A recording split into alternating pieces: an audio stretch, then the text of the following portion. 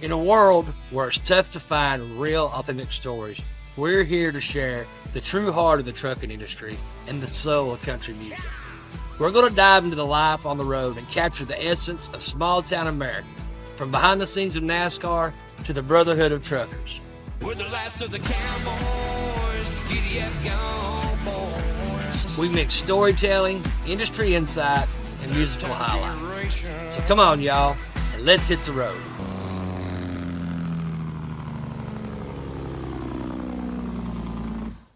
Hey everybody, this is Tony Justice, and welcome to another round of The Road Show with Tony Justice and friends. Man, we've got a very special guest today with us. I've been super excited. Had the pleasure of meeting Ricky last year back at Nashville Motor Speedway when we had met, and we were down there with our friends with Bennett, and we had my new album on the trunk of the Austin Hill number 21 Richard Childress Racing Chevrolet for that race, and got to meet Rick and a bunch of guys on the crew. Me and Ricky just kind of hit it off. We're just two old truckers, and so it's great to have Ricky Simmons on the show today. He's the hauler driver for the number 21 Richard Childress Chevrolet, which is driven by Austin Hill in the Xfinity Series. And man, you guys are in the heat of it right now. You're in chase season and running for that championship. How's that going? We're not doing up to our expectations, but we're trying. We're going to get in there before it's over. Oh, yeah. I know you guys work hard at it, and, man, it's so competitive, Ricky, these days, especially these cars are really, so identical, probably more now than they've ever been, and so much technology goes into them, and it's a lot more than what it used to be back in the good old days. Yes, back before you could just bring what you had and be there, and nowadays everybody's got about the same stuff. Yeah, well, talking about, things changing, technology, the trucking industry is no different. Everything's changed over the years for better or worse, but you've been in the trucking industry a long time before you started working for Richard Childress and driving the haulers and all that. How long have you been trucking? How did you get started? Well, I started when I was 21, and I just turned 70, so I've been trucking my whole life, and back in the day I hauled produce and furniture out to California and produce back. Just the basics about what everybody did back in the day. Well, was you based out of South Carolina then, or North Carolina? No, North Carolina, Mount Airy, North Carolina. Okay, who'd you haul for? We held H&W Trucking was a big deal back in those days. They had the big most amount of trucks. WLA now, which was Anderson Webb Trucking back in the day. We did some for them too. So you did a lot of those West Coast turnarounds? Oh, yeah. It's good all-nighters back when you could. Yeah, back when you could, drive when you felt rested and rest when you felt like you needed it, and use a little That's common right. sense. That was definitely the good old days. There was a lot of issues of guys pushing the limits, but man, most of the guys were using their heads. And anytime you're in motion, I tell my kids all the time, anytime you're in motion, you're on the edge of life and death. There's so many things that can happen, and then that gets blamed on other things that had nothing to do with it. But I know I missed those days of, I started driving in 2000, and I caught some of the tail end of the brotherhood and the good old days of trucking, and everybody running 7-8 trucks out to Los Angeles, unloading, everybody meeting back up in Barstow the next day after they've reloaded and hitting the road, and coming all the way back to Tennessee a few times. But you had people running with you to talk to, keep you awake and alert, and somebody always gouging somebody and giving them a hard time. And that was, man, it's good times. I miss it. I still run a few loads now and then. I run at night mostly, and you still get that every now and then. You run across that occasional driver or two that's going the same way you are, and get to gabbing on that OCB radio and having a good time. So I know you definitely come from the old school brotherhood, that I was raised up on. My dad, of course, most everybody knows my dad drove, and I rode with him a lot when I was little. And if one of us had a problem, everybody had a problem. They'd stop and helping you get going again. Those are definitely some good old times. What it's changed, just like NASCAR, it's changed a lot. Yeah, it's changed a whole lot, but your friends always stopped and helped you. Whatever you had to do, we had to get it done to fix the truck or whatever and keep going. Them was the fun days. It was. Then the trucks, man. They've, as far as creature comforts and stuff, that they've come a long way. I remember my dad in trucks that didn't have no air conditioning in them. When you have that little little fans up there, man. And he had a Freightliner Classic, and those door vents you kick open, blow some wind on your feet, and that was it. That was the good old days back when they had the 2 sticks and all that. They still got the 2 sticks nowadays, but not as much as they used to have. Yeah, absolutely. It's a lot's changed, like you said, and man, it's we was blessed really to be a part of those days. We don't realize it sometimes, Yeah, that's the truth. Yes, sir. So where y'all moving on to next? How many races do you have left? 5 races left. We go to Charlotte this weekend, which is close, Then next week we go to Vegas. That's going to be an enjoyable trip. I like going out there. Yeah, well, I heard you were talking to you on the phone earlier, and you said when you're close to home, ain't much trucking involved. It's a lot more work before you get all that drive time. So they got you doing other stuff, I guess. Yeah, they'll around the shop. This is a good time to catch up on a little bit of the stuff that when you're on the road so much you can't get to. We can, just like I washed yesterday and got it looking good to go down to Charlotte, and I usually get to the racetrack and get somebody to wash it for me, but you get it back in the shop and shine the wheels a little bit, make it look good. Yeah, I'd say it takes a little while. I know when I would bring my truck home and clean it up, and this was just the tractor itself, to wash it and dry it. I mean, and do it right, Yeah. to wash it and dry it, and then wax it and do your tires and all that. I mean, it's a 6-7 hour job just on the tractor. So how long does it take for you? Because not only do you got to wash that tractor, but you got that big old hauler trailer, and then keeping the inside of it clean and organized. I mean, that's a whole other story. The trailer's not that. It takes care of itself. Basically, it's, where we got it wrapped and then just getting it washed with the wheels and all that. It's about like, I don't know. It took a little over a day to get it, and I'll probably hit it a little bit more this afternoon just to make sure it looks good to go to Charlotte. All right. Where's Austin sitting at in the points? They're going to narrow it down to the top 8 this weekend. There'll be 8 or 12 drivers left. Which one is it? 8, I believe it's 8, and we're 3rd. I think that's where we wound up after this weekend. Had a bad weekend in Talladega, got in a little wreck or 2, but we're still hanging in there. Talladega is a crapshoot when you go down there. It's any more of the restrictor plates. It's just, I know there's talent involved, but man, it's more luck right now.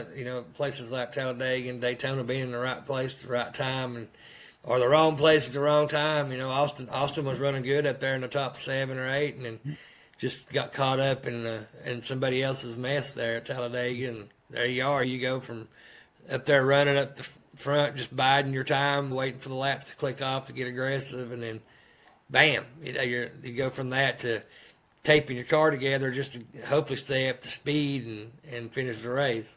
Yeah, that's all we had to shoot for there towards the end, is try to make the last laps, get as many points as we can. Yeah, but when we go here, we got a chance to win here. We got a chance to win every place we go. We take a good car every week.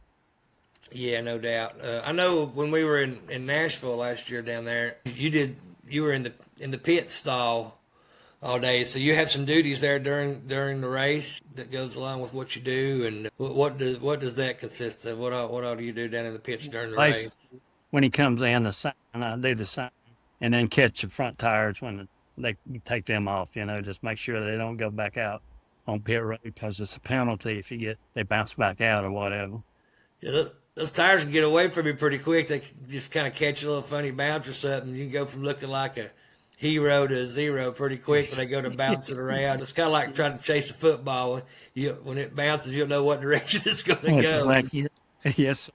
Yes. Well, yeah, that's crazy. A lot of people, they see those big, nice haulers going down the interstate to the races, and they're like, man, I'd like to do that. Yeah, that would be a cool job, And I think to myself, well, they may not want to do that if they know what all goes on behind the scenes besides just driving that truck down the road. So we come back. I want to let you just kind of talk a little bit about the prep, what all you got to do before you leave.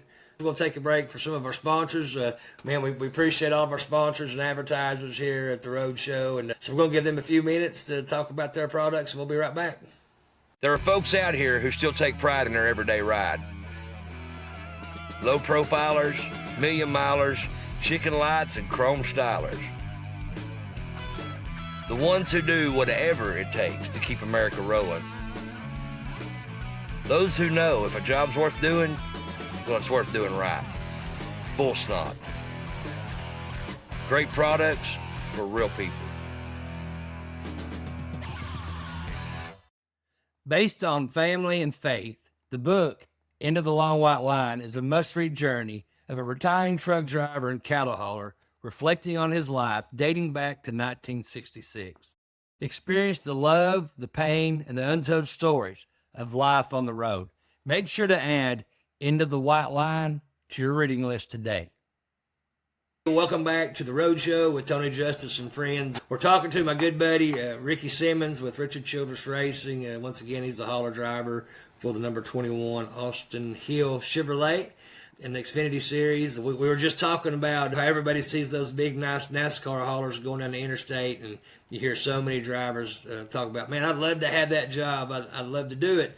And I've been around NASCAR off and on. I used to perform at a lot of NASCAR races and got to know Chocolate Myers and his wife Karen and some of the drivers. And so I've seen that behind the scenes part of what the hauler drivers do. So I wanted to give you a few minutes here to talk about what it's like from the time you start prepping before you leave for your trip, what all you have to have ready, make sure it's in that truck, and then the responsibilities that go with getting it ready, the actual trip itself, then when you get to the truck, your other duties that you do. So if you just want to elaborate on that and let people know, what it takes there's more to it than just sitting there driving that badass truck down the interstate.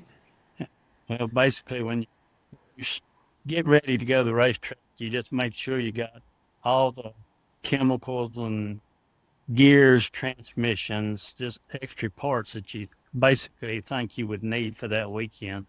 And we're lucky here because we got another truck that goes, a teammate that we both make sure we've got enough stuff to fix our cars. You've got a backup car every week we take just in case, and we hope we never use it so we can roll it off at any time. That's before the race. We cannot use it when the race starts. We have to keep a backup on our trailer. We can't take it off. But then you have engines. You've got cleaning to do. You clean everything. You've got a cooler that you take for your gas. Crew take about 15 cases of water a week and go through basically all of it by the time you get back home. And just when you get unloaded, when you get back after the race, you clean everything. You go upstairs, you clean all that stuff up there, and basically just like if you were coming home from a trip and you clean everything you can clean. You buy groceries for the guys. We have a shelf at the racetrack. It cooks, so we take stuff with us, snacks, just whatever they want to get. Whatever the guys want, we try to do to make them, at home when they get there. Yep. So it's a lot. I mean, you got any part that can be replaced on that car, you got to make sure you have it pretty much. So you're kind of like the parts foreman. We've got guys in our own department that bring you a lot of stuff, but we have cart that we can roll in and out every week. Like this week with the road course, it's a little bit different part. We take spare rear end housings just in case, just from week to week. Like last week, it's a little bit different parts for Talladega compared to this week to Charlotte for the Roval. I got you. So yeah, it's a lot of different hats that you hauler guys for the NASCAR have to wear. Just you got the driver hat, you got I'm gonna call it the mama hat. Is you go out and you gotta get the food, make sure all that's in the trailer and iced down, ready to go. All the drinks and snacks. And then you're the parts guy because you got to make sure you got all the parts. So you wear that hat, and then you're the cleaning guy. So you got to clean everything, and then of course you load the primary car up. Yes. And now it usually goes on the bottom of the trailer, or No, do both cars go in top? Both cars go in top. Both cars go on top of the trailer. Yeah. So that's a feat in itself, getting those cars loaded and strapped down and secure. Yes. And all that, and then So then you got to drive it to the track. So you got your trucker's hat again, and doing all that fun stuff and getting into these tracks. I know that takes a little patience. You guys get there a lot of times, and I see you sitting outside the tracks. You got to wait for the pits to open. So you're sitting there raring to go to work, wanting to get started, but you can't until they let you in. That's correct, ain't it? Yeah. We got a time to be there every week. We know when we're supposed to stage and be ready to go in Okay. every week. And then once they open those gates, you go in, you jump, you get parked. And I've seen some of these tracks like Bristol. Parking in itself is pretty impressive. You know how they get all those trucks lined up and parked inside of Bristol Motor Speedway. That's always I've been pretty blessed to set up in the Food City suite a lot of times and look down on those trucks. You're like, I drive a truck, but how in the world did they get in there like that? So Got it orchestrated where they bring us in. They know what they're doing. They do a good job. Yeah, they do. They've got, 60 years of experience, however how long they've been doing it. It's pretty wild. So you get parked finally. You get out of the truck. You hit the ground running. Open the back door. What's the first thing you do, once you open that door? It's according to where you're at. If we're going to work behind our truck, a lot of places we won't have a garage because of the Cup cars coming in. So if we're going to work behind our trucks, we'll usually pull our cars first. That way, get it back where you can get the rest of your equipment out, your toolbox, your crash cart, all your 3-wheel carts that you'll need for the weekend, and get it set up behind your trailer. And then that way you can pull the car back up. And basically, when you do that, we do most of our practice if we practice from pit road nowadays. And you'll change tires and go through tech. And if you make tech, you can go on to pit road and get in your stall, basically. Yeah, that's crazy. So, and do you just leave the backup car up in the nose of the trailer? I'm assuming that's where you put the backup cars up in the nose, and then Yes. Then if you need it, you can just go roll that thing out. And Hopefully you don't need it because you've had a bad practice or qualifying session. Yeah, it's bad days if you've had that. But, the car that comes off is just as good as the one you were running. Just going to be a few setbacks to get it ready to get out there. Yeah. So the whole thing, when that back door comes down after you get parked, all that stuff you're talking about that you have to do, what's the timetable? How long does all that take? You're ready. You're ready for that car to go through tech and get moved out to pit road and start to practicing. That's probably a 3 or 4 hour ordeal, I guess, getting everything ready and in place too. Basically, no. Usually you have about 2 hours to get it all out, and you can do it in about an hour if you just stay after it. I mean, you got to get everything out, and then we've got, all of us has got rugs that go down inside your trailer, and stuff like that. You just get everything you can get done before the guys come in. And sometimes they'll let them in early, and that helps a lot when they do that. That saves a lot of time. Okay, and then on top of all this, I know a lot of times you have sponsors come in, guests. Yes. So you got to entertain those folks. I imagine, with everything else that's going on, you're appreciative of those sponsors and everything. That's got to be a little bit of a task, mindset change, going from getting a race ready, concentrating on the race. I mean, especially now. I mean, you got to make sure everything's just right on these cars with you guys being in the chase. You can't overlook any nut or boat, and so now you got Bennett. So you got David Lowry coming up, introducing Tony Justice to you. You're right in the middle doing stuff, and you feel obligated to kind of do that. How do you handle that balance, and then trying to stay focused at the same time? That's got to be crazy. Well, you get used to it after 36 years, I guess. I've been doing this 36 years besides driving the other driving I did before that. But the people are great. Bennett people are great. When they come in, they're super. They've really been good to us. Yeah. Yeah, I know too, that with David and all them, they understand everything that's going on, and they're respectful of that, and they don't seem to take up too much of y'all's time, and they're grateful for it too. So that's a good thing to have those kind of partners. Mm-hmm. But we got PR people that if they got a big crew, I know some races we've had 25 or 30 people come through the trailer, and the girls do a good job getting them, you know, showing them around, and Yeah. they show them everything. They open cabinets and show them where stuff is. And, you know, people that don't get to see it really like to see it, you know, so Yeah. he works out great. You know, I get a question, you know, from a lot of different people. I made a post on my Facebook page the other day, you know, that I was going to be recording some of the podcasts, and I told them what guests I was going to have on, and if they had any questions, you know, since our podcast isn't live, they could go comment under my post, and I got several questions from a lot of different followers that wanted to ask, you know, what would you advise them if they're wanting to pursue a career and looking at becoming, you know, a driver for one of the NASCAR teams? Well, basically, I would get online. I think NASCAR has a online that you can go to, and you know, it tells you the teams that may be hiring and stuff like that, or just basically go to the teams and reach out to them and tell them your situation, that you're a driver and you'd like to get involved in the sport. And there's a lot of young boys now coming into the sport that, you know, some of us old guys is ready to hang it up. So it would really be a good time probably to pursue that.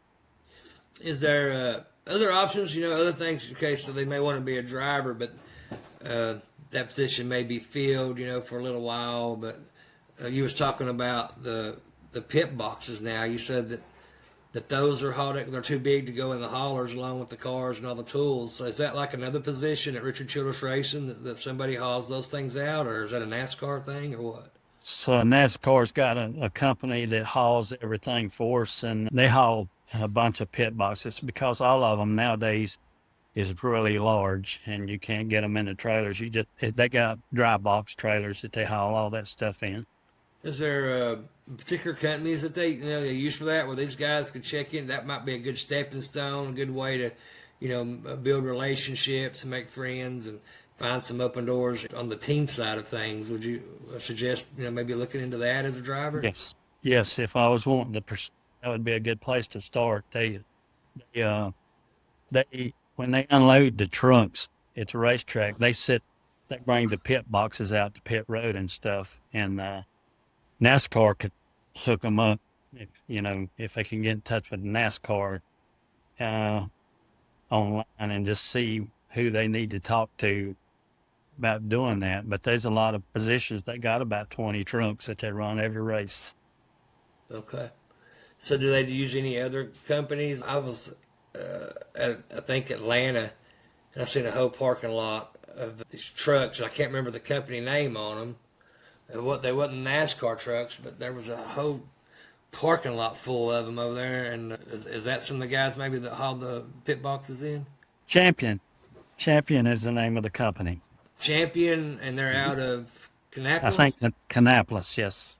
Most everybody's got social media, all these race teams and stuff. It's not hard to get on Facebook and make some contact with people, or go under one of their posts and just ask. A lot of times they'll come in and drop a name, put you in the right direction. Just being around that community, you know, whether if you're driving for a trucking company that's just hauling some loads from NASCAR. So what are those? So if I'm a driver for this company out of Kannapolis, and I haul a Richard Childress pit box to the speedway, and I get there and it's time to unload, and you get that thing off there, what do those drivers do until it's time to load that pit box back up? They move stuff around. Like, they help move all the boxes. They've got four-wheelers that they pull. These boxes are so big, and they'll move them to your pit stall, and then they do other things during the day that, you know, I don't see them that much, but you'll see some of the guys walking around, and I know they've got other duties they do while they're waiting to move those boxes. But I say we race on Saturday. As soon as we get done, we'll load it. They'll ship our boxes and all up, and then they'll leave it on pit road, and then they'll move it for the next day. What pit stall that we use, the 8 box is what we use, and they'll put it into their stall for Sunday. Okay, that's saving you taking 2 boxes out there. Right. Yeah. Yeah. So those guys pretty much, once they get there and deliver that thing, they're there all weekend doing something, helping. And the cool part is they're probably getting to catch the race. There you go. Yeah, they get to watch the race. I'm sure they get to see some of it. But then they load during the race. You'll notice they'll have their trailers pulled in to a certain spot, and all the old truck, they haul all the tires, and they'll load all the old tires up and take them back and dismount. They dismount everything. We don't even bring them back to our shop. Really? Yes, they bring them. They'll take them to their shop, dismount, clean the wheels, and bring them back so they'll be ready for Goodyear to mount tires on them. They usually come in a day before us or so. Okay. Well, how long have you been at Richard Childress? I've been here 10 years. 10 years. So you've been in, pulling haulers for over 30 years. Who all have you pulled for? I started with the Wood Brothers Yeah. out of Stewart.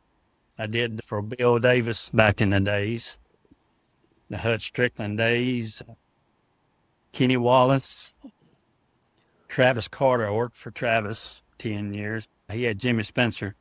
The Spencer days, now that was some days now. I guarantee that was some days because he was quite the character. Yeah. One of the good things about him, they had a junkyard up in Pennsylvania, and we all went to that junkyard, and they had a dirt track they made there in that junkyard, and there was probably 100 cars. And Tony Stewart came, there was a bunch came, and we just got out there and beat and banged and had a great time. I bet that was quite memorable. Yeah, some of them got turned over too, but still, we had a good time. That's as long as everybody, at the end of the day, everybody's still alive. You can't complain Yes, too bad, sir. But well, listen, Rick, I appreciate you taking the time coming on. Hopefully, we'll be seeing you some more at some of the tracks and Yes, different sir. truck shows and things. And I know you probably would have been at Mayberry, but we had a lot of weather going on with Hurricane Helene and all that. But it's always a pleasure to get to spend a few minutes with you. I always wish there was more time to hang out, but we're looking forward to the next time we get together. And until then, man, thank you for coming on, and good luck with the rest of the season. We're pulling for the 21, so y'all go get them. Hey, y'all, my good buddy Frank Terry and his family at Terry Law Firm have been representing truckers involved in trucking collisions for years. As truck drivers, we need a knowledgeable lawyer on our side that understands truck cases. The Terry Law Firm knows the FMCSA regulations as well as today's modern video system telematics. I met Frank years ago when he took on a case for my mom, so I know they're going to treat you guys like family and leave no stone unturned in your case. To get a hold of him, simply call 1-800-51-TERRY. That's 1-800-51-TERRY, or reach him online at www.terry-lawfirm.com. Tell him I sent you. I'm glad you did.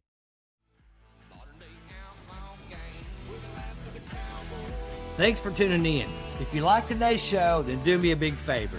Mash the share button, be sure to subscribe, and leave us a review. Also, be sure to follow us on social media for more updates and behind-the-scenes content. Until next time, God bless, and as always, speed safe.